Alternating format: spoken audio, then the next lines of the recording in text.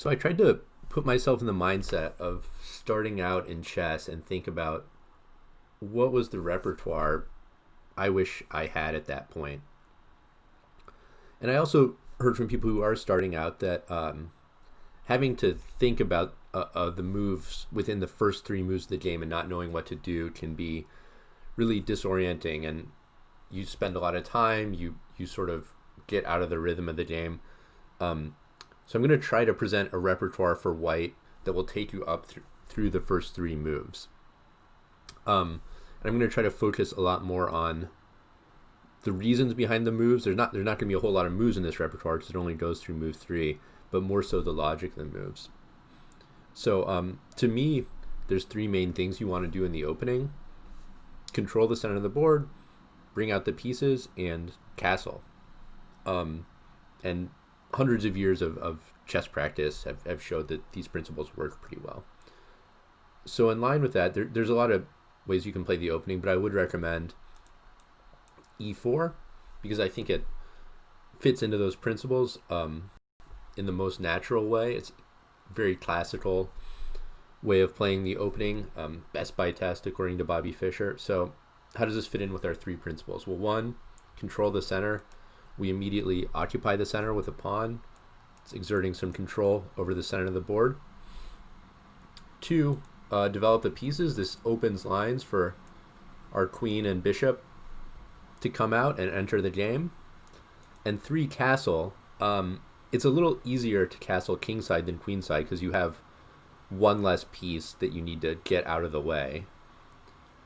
So by starting with e4, we're looking to develop this bishop, develop the knight, develop the kingside minor pieces very quickly, and castle, which is going to make our king safe. Okay, so let's get into some moves. So e4, with this move, we sort of introduce a positional threat of playing d4 and setting up this nice classical pawn center, which if we manage to do it is going to give us a lot of control over the center of the board. So in general, we're not always going to be able to play the exact same three moves because we have to react to what our opponent does, but we're looking to, if black doesn't pressure us in any way, we're going to play d4 and set up that pawn center. If black prevents that, we'll look to continue developing the pieces. So let's look at some moves. So e5, probably the most common response. Obviously, this makes a lot of sense. Now, if we were to try to go d4, black could take it. We could take back, but then we're going to start losing time with our queen. So it's not really great. So here we have to go to plan B, and we'll bring out our knight, also attacking this pawn at the same time.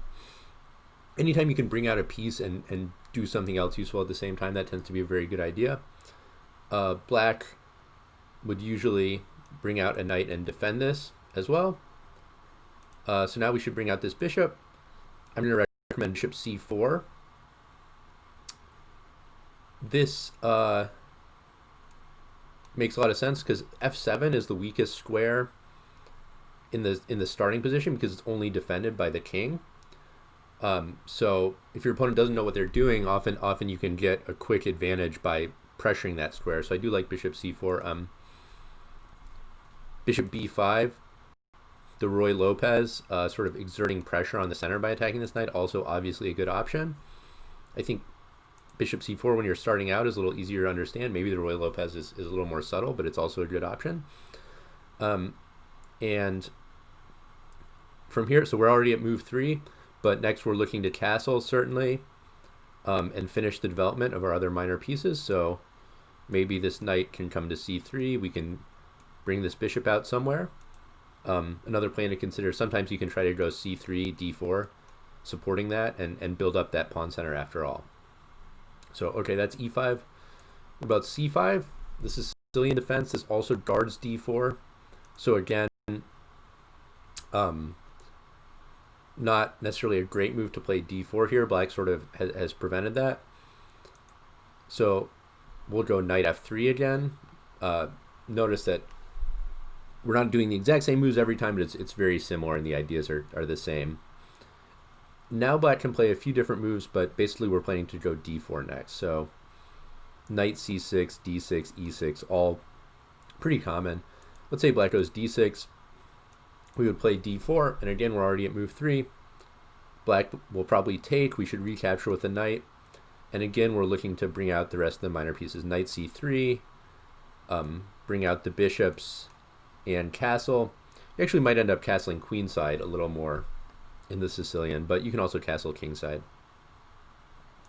Okay, what else is there? So then e6, this is the French defense, so black doesn't immediately challenge the center, but the idea is they're preparing d5 by defending this.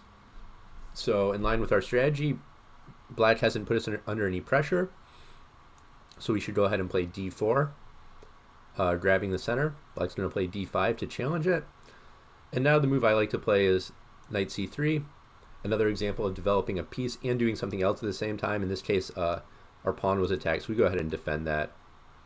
And similar to everything else, we're just looking to bring out our other pieces and castle as quickly as possible here.